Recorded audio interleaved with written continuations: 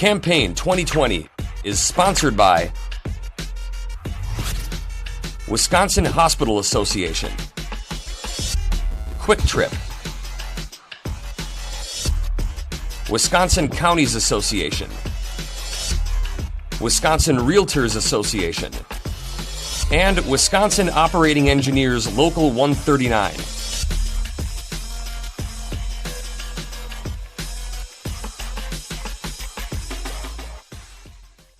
Jessica King of Oshkosh is a former Democratic state senator, but now she's a candidate in the 6th Congressional District. The primary is August 11th. Jessica, welcome back to WisconsinEye. Well, thank you for having me, Steve. You know, when I look at your campaign websites, it looks to me like, well, this is a question. Is healthcare your number one issue, Jessica? Yes, healthcare and affordable prescriptions is my number one issue, definitely. Okay, take it from there. I mean, the context is the U.S. Supreme Court just decided whether it's going to decide the legality of the Affordable Care Act. What if it, on a 5-4 vote, what if it throws out the Affordable Care Act? Where would we go?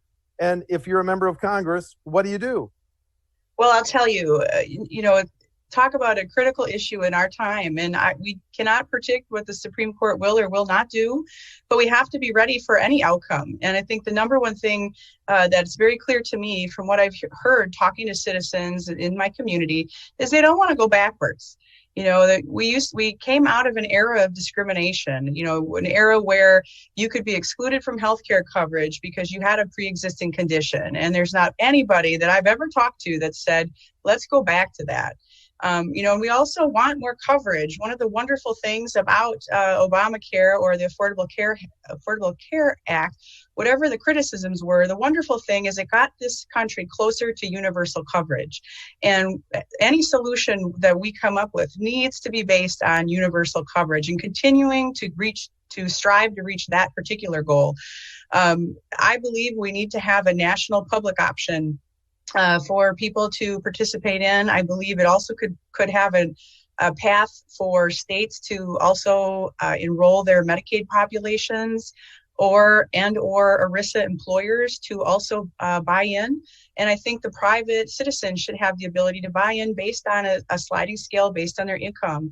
And I think that gives people just that access, that opportunity to have access regardless of their employment relationship, whether or not they have an employment relationship. But the number one thing I hear today or the challenges I hear about today are that, the state plans are not portable. So if you are a parent that has a child going to college somewhere, or if you're somebody who's a snowbird and you're not yet 65 and have Medicare, that your coverage doesn't count because it's out of network if you cross a state line. And we really want to, remove that barrier for people. And then, same thing with Medicaid, people who are currently covered under Medicaid. It's not portable coverage. So we really want to get to that place. And I think it allows people to still test the waters, because I think people right now are very, I don't want to say suspicious or doubting in government, but whenever we talk about, some of these other options to pursue, people are resisting it because they are skeptical of what that looks like. And I understand why they're skeptical, because the white elephant in the room that nobody's talking about really has to do with reimbursement rates. Right now in the system where we have multiple payers available, you have some commercial payers reimbursing up to 240% of what Medicare would reimburse at. And the Veterans Administration, Medicare, a lot of times that's at 64% of cost. And so what people are afraid of is what the marketplace is going to look like if we can't all come to agreement on reimbursement rate. And, my last 7 years, I'm currently the vice president of clinical denials at OurSource Healthcare, which is a nationwide company that represents hospitals and patients against private health insurance companies and government payers who wrongfully deny medical claims for people in hospitals. So I really am in the know right now about these struggles with reimbursement rate. But the other issue that I care about, and this is in today's market, right now today in Wisconsin, we have 20 of our 72 counties that do not have an OBGYN available for pregnant women. And that's today. So if you think about what our new system has to, what are we trying to do here? The United States is the third largest country by population in the world, and it is also the fourth largest population, or fourth largest in geography. And so those are challenges. So whenever we make comparisons about other countries' plans or systems, we have to face the brutal realities and the challenges that we have, not only with population density and geography. So we want to be really careful about what we do, because we need citizens to buy into it, and we need it to be better than what we had today. And those are tall orders, but I think it's all doable. And I really, what I'm inspired about is looking at other funding mechanisms for healthcare to make sure that we have a strong public health infrastructure. And I think that means reimbursement rates need to be related in some way to geography and provision of services, because as someone who recently had a child myself, I have to tell you, I love telemedicine, but I know telemedicine is not going to solve a vaginal ultrasound for a pregnant woman. And we just need to make sure we have rural healthcare access. And, if we aren't careful with how we structure reimbursement rates, there will not be rural providers, and we need them. And then we have to think about other specialty providers like pediatric health, psychiatrists, child psychiatrists, mental health providers. How are we going to set the reimbursement rates to make sure people can actually access the professionals they need? So I know that's a lot, Steve. I'm thinking about a lot of things, but I'm trying to understand the distinction. You favor the public option, which is not the single payer system. So tell me why you're at public option and not single payer or universal coverage, please. Sure. Well, I do support universal coverage. I want to get there. I want every single U.S. citizen to have coverage. But not single payer. 130 million people. But not single payer. No, sir. Not yet, because I don't think people, to be blunt, we don't have the consumer protections in place. A lot of people right now talk about Medicare for all, and Medicare is working for people. What a lot of people don't realize is Medicare currently is actually in 12 regions in the country. They're called MACs, and it's private. Medicare is privatized, and depending on the region you are in the country, there's something called a local coverage determination, which means that depending on where you are in the country, you actually could receive different levels of treatment for your coverage. So not everybody gets the same treatment. And so I think there's a little bit of misnomer. People are like, oh, well, that sounds good to me, but they don't understand all the other pieces. And the other thing I want to be really sensitive about right now, Steve, is that there are, believe it or not, there are employers and there are health plans right now in the United States that provide better coverage. And what I'm talking about, just again, from my perspective as a woman, right? Fertility treatments, bariatric surgery, access to different levels of pharmaceuticals and non-alternative, I'm trying to think of the word, but other uses of pharmaceuticals that may not be off-label uses. That's what I'm looking for. Of some pharmaceuticals that right now we have private plans that do provide that. So I don't want to force people to give up those things if they do have a more generous plan. And in the end of the day, that gives employers this opportunity to be competitive when they're building these rich plans for people. And I don't want to take that away, but I want to have that minimum coverage, and I want to make sure that people, if they are unable to access it any other way, that based on their income, they can at least buy into this federal plan. And it has to be a federal public option. I know the state of Washington is working on a state level one, but that state public option will be limited again with portability, with not having a big enough population to make it affordable, without being able to negotiate competitive reimbursement rates, just because the population size is too low. So that's where I'm at, Steve. Okay. How has the COVID-19 pandemic changed this healthcare debate? Are we closer as a nation to getting to the option that you want? Or are we lurching more towards the single payer? I don't know. What I'll tell you is it's creating the crisis, and it's pushing the needle to force, we must have a solution, and everybody understands the urgency. And right now, with all these folks that have been unemployed, record unemployment, and even though, some of the jobs are coming back on board, I think we're still at 11%. And so what that means is right now having insurance tied to employment is proving to be a bad concept. Because what do you do when you're unemployed? And some people are lucky, they have a spouse. Some people are, maybe they can afford it, in brief, but most people can't afford COBRA. But it's definitely creating the urgency. But now we need the political will to move forward. And then the same thing with the Supreme Court. Maybe that's creating this urgency, depending on their outcome of we need a better solution. Okay. Let's continue talking about the pandemic. Should Congress pass a new COVID-19 relief package? If so, who should it be targeted to help? And is this whole issue of our soaring federal debt, do we set that aside because our most immediate need is to get the economy moving again because of the pandemic? Steve, this is one of the reasons why we need our best and brightest in Washington, because we have some wicked problems right now, I'll tell you. My personal belief, everything I've read from policy studies says that this recession will be more extreme and more grave than the Great Recession of 2008. I've looked at some of looked at the stimulus packages so far, and to me, some of them are off the mark. But I don't want to be too critical. I understand that, with the stimulus payments and the things that were rolled out, they were looking for urgency and immediacy to really face something we've never faced before, which was a national shutdown of the economy. Yeah. But going forward now, we have to be more strategic. We have to be smarter. And what I would say is I would love to see stimulus. One, it has to focus on state restoring public workers at state level and municipal level. We have to be very clear about that.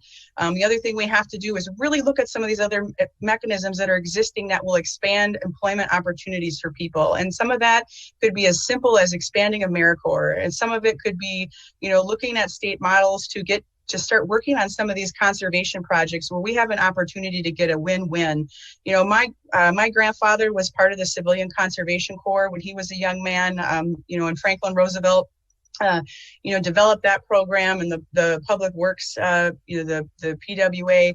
And that's actually where I would like to go. And the wonderful thing about that is if we work on building these public programs that also provide that a sense of purpose for our young people who are right now unemployed, promote stewardship, especially in Wisconsin, where we could really even work with some of our other conservation efforts with farmers to give people this opportunity to connect with the land, our natural resources, have a sense of purpose, give back, earn a wage. And then also possibly earn some educational credit, funding for future education. And all of that would be restorative, because what we'd be doing is giving people wages again, and then that broadens their tax base. Because, the number one reality of the stimulus checks and expanding unemployment is that, it doesn't give that added bump of restoring some of our tax base and revenue the same way wages actually would. So that's some of my feeling. I know we have to do more, but we really have to be strategic. And you're right, Steve. We are at a point of unprecedented record debt, and I think the year 2020. Talk about the year of hindsight. When you look at the federal tax cuts that were put into place a few years ago, what my grandfather would have said, and a lot of people in Wisconsin have grandfathers who were farmers, right? And what do you do when the sun is shining? That's when you paint the barn. That's when you repair the windows. That's when you do those housekeeping things. And we should have been much more thoughtful, mindful of paying down the debt when we had the ability, when the economy was soaring. And then rather than doing that, we gave a bunch of tax cuts, and now we have trouble. And I think too, we'll have to look at the budget proposal. If I go to Washington, we have to look at our overall discretionary spending and say, what do we have to reallocate at this point? Because the world isn't the same as it was a few months ago. And so you look at certain programs and say, well, we have the Space Force now. Or is now really the time to create a 16,000 member new branch of our military? Or do we have to shift some things there? Just little things like that. We have to reexamine everything. We have to reexamine the tax cuts, because there's a lot of tax loopholes that in the end cost over $1 trillion. And we have to say, do Fortune 500 companies really deserve these benefits? I want to be on the side of Main Street right now and not, and make sure they're getting equal treatment. And unfortunately, when Wall Street Fortune 500 companies get the benefits of these tax loopholes, it doesn't sit right when we have people on our main street suffering. Okay, new subject. Americans know a lot more about how police officers treat some people in custody than we did 2 months ago. There's calls at the national level. The U.S. House passed a police reform bill.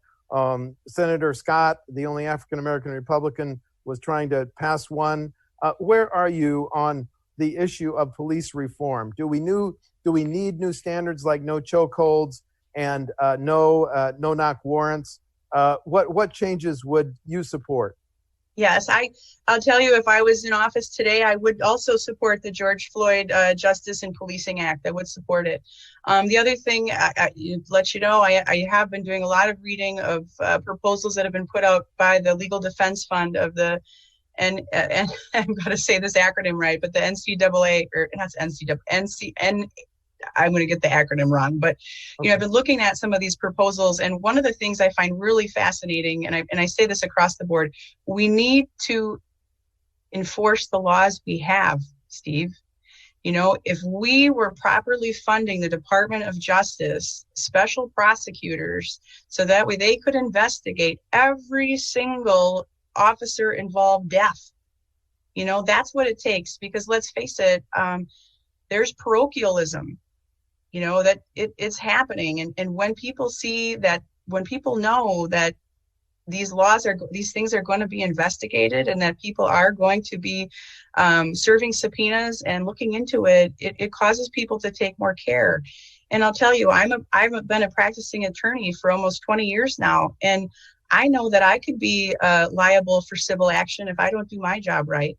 And there are a lot of other business owners, physicians, a lot of professions have that level of scrutiny. And yes, they take into account. And I think that our publics now, to be fair, I think the other thing we have to do too is realize that we need to appropriately fund mental health mechanisms, public health mechanisms. We have to look at what's our county public health and social worker context look like, because I think what we've seen is a lot of consequences from underfunding these other public structures. And that means that we see our police officers responding to things that truly should have been dealt with in a mental or behavioral health context. And that puts a lot of burden on them. And we have to think about what the training credentials are for our officers. I was really shocked to read some statistics saying that they don't get a lot of training in how to deal with people with behavioral health challenges too. And I know right now that what we're seeing in the news has a lot more to do with people of color, has a lot more to do with racial inequities. But I think across the board, we know when I talk to people who are in roles of public safety, one of the things that they say is we're not really prepared to handle every crisis. And that burden weighs on them when they don't know what they're walking into. Okay. The Supreme Court recently said, President Trump, you may have the authority to end DACA, but you didn't do it correctly. The president has said, I'm going to try again. What do you think should be the future of those young people that have enrolled in DACA? Jessica? I think they enrolled in good faith. They want to be part of this country, that they're working here. I mean, we're talking about 800,000 people. And then it's interesting to note that out of those 800,000 people, at least 41,000 of them are actually right now are frontline healthcare workers. And we need them. We're in a crisis. And I think we have to acknowledge that there needs to be a path. I fundamentally believe this. If you are here to improve the economy in Wisconsin or in the United States, there needs to be a path to permanent residence for you and possibly a path to citizenship if you want it and if you earn it. And I think the other thing that a lot of people don't realize is people who enrolled in DACA, they had to go through a background check, they had to go through a criminal record check, they had to go through a security check, and they had to pay quite a bit of a fee for the opportunity. And so it's not it was a well thought out thing that we did to create this path, and we need to honor it because I believe we made a commitment to these young people, and that's part of the reason why they stayed here and why they continued to work here and get their education is because they had that point of security that we were extending in goodwill. So I would definitely support the American Dream and Promise Act that was, it was passed by the House, but has not been passed by the Senate. And the other thing interesting, I'm a Democrat. But I'll tell you, we also need to look at our other opportunities for immigration, and that has to do with visa expansion. And I want to give credit to Senator Ron Johnson for this. He's one of the folks that was really looking at place-based visas and expanding that and creating a visa system that would allow us to look for additional agricultural workers, additional tourism workers, and healthcare workers. And that's something that we really need. Wisconsin has a declining population. We have a declining percentage of working age people in Wisconsin, and we know we need to depend on these people. But one of the challenges we have is there's not enough visas available for workers to come here legally, and we hear that from employers all the time. And so we need these place-based visas that go beyond the traditional visa caps that we have in place now. And there was a proposal called the Heartland Visa that I'm very much in support of, because right now 3 of the 50 states in the United States get the majority of the visas through a lottery system, and Wisconsin's left out of that. And then that means here we need the resource and we can't get it. And then on the other hand, as a mom, I have to say this as a mom, if I was in Latin America right now and my 4-year-old son was a victim of a gang or a narco-terrorist or a cartel, you better believe not only would I want to find safety, but I'd want to work hard for it, because I think as parents, we all want that better future for our children. And at some point, as Christians, we have that moral responsibility to understand this other issue that's happening in the world today and is only becoming more painful with climate change and the inability of people to earn a living in agriculture in Latin America because of the change in climate. Actually, Jessica, that's my next question. As a member of the U.S. House, what immediate steps on climate change would you push for? Well, we have to be good stewards. The United States has to retake its position as a leader in the global discussion about sustainability and climate change. We must restore in any way possible our commitments to reduce emissions, to not only meet the Paris Accord, but to exceed it. And I have to tell you, I truly believe there's an opportunity here for our local family farmers in the role that they can play, whether it's restoration of wetlands, whether it's putting in incentivizing cover crops, whether it's making a regional food economy. There's so many things. And I think it's our job, as a part of the Wisconsin delegation, to really look at for solutions that also include rural entrepreneurs, because that's what they are. And to say, what can they do? Because if, on so many issues, even looking at the nitrates in our water, Wisconsin is in the top 10 for nitrates in our water, which is really harmful. But one of the solutions is incentivizing cover crops during the months that we normally wouldn't have anything planted. But we have to start acknowledging that if we want farmers to be partners, we need to compensate them, because they gladly do the work if it's compensated. But that the work that they do would benefit all of us, and we have to start collaborating and looking at that as a real partnership. Okay, 2 final questions because we're almost out of time. On your website, you talk about enacting a tax rebate for working families who do not qualify for the paid family leave. Can you give me a short summary of that? Certainly. So I'm a working mom. I was only able to stay home for 6 weeks with my son after giving birth to him. And I really wish I could have stayed home longer. For a lot of people, it's not affordable. I understand that for a lot of small employers in this country, they're not able to pay people to not work and be there and be productive, right? But I think it's good public policy in this discussion about whether or not in the United States we move toward a paid family leave solution, that could be part of the solution. And there'd be a way to build the formula based off of your previous year's income to say what kind of rebate should you get. But we have to start acknowledging that if we really care about families, in the United States, then we actually have to support them, because, we have a lower birth rate because people are realizing they are economically afraid to have children. And so if we want to grow our population, if we want young people to say, yes, family is part of my plan, then we have to start building public policy that allows them to thrive. And part of that has to do with leave after a pregnancy. And it's one solution. It's a small solution, but let's start somewhere.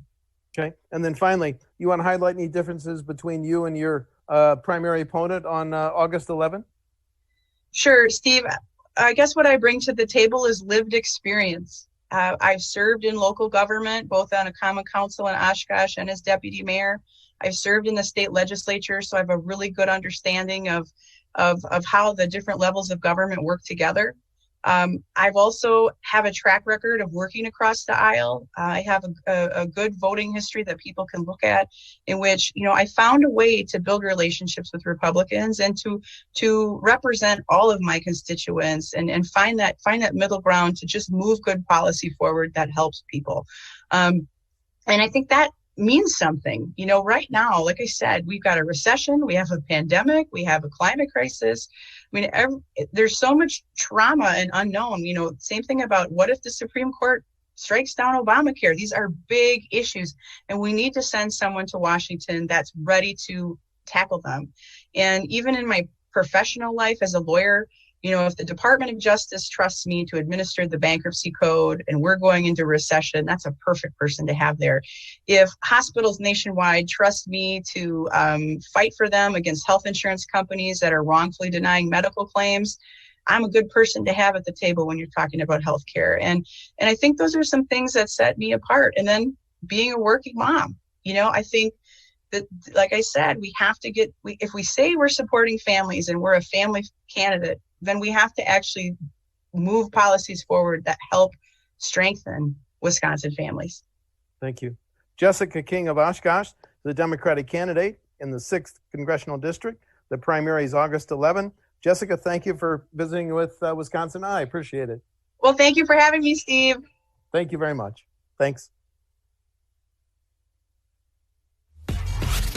Campaign 2020 is sponsored by Wisconsin Hospital Association, Quick Trip, Wisconsin Counties Association, Wisconsin Realtors Association, and Wisconsin Operating Engineers Local 139.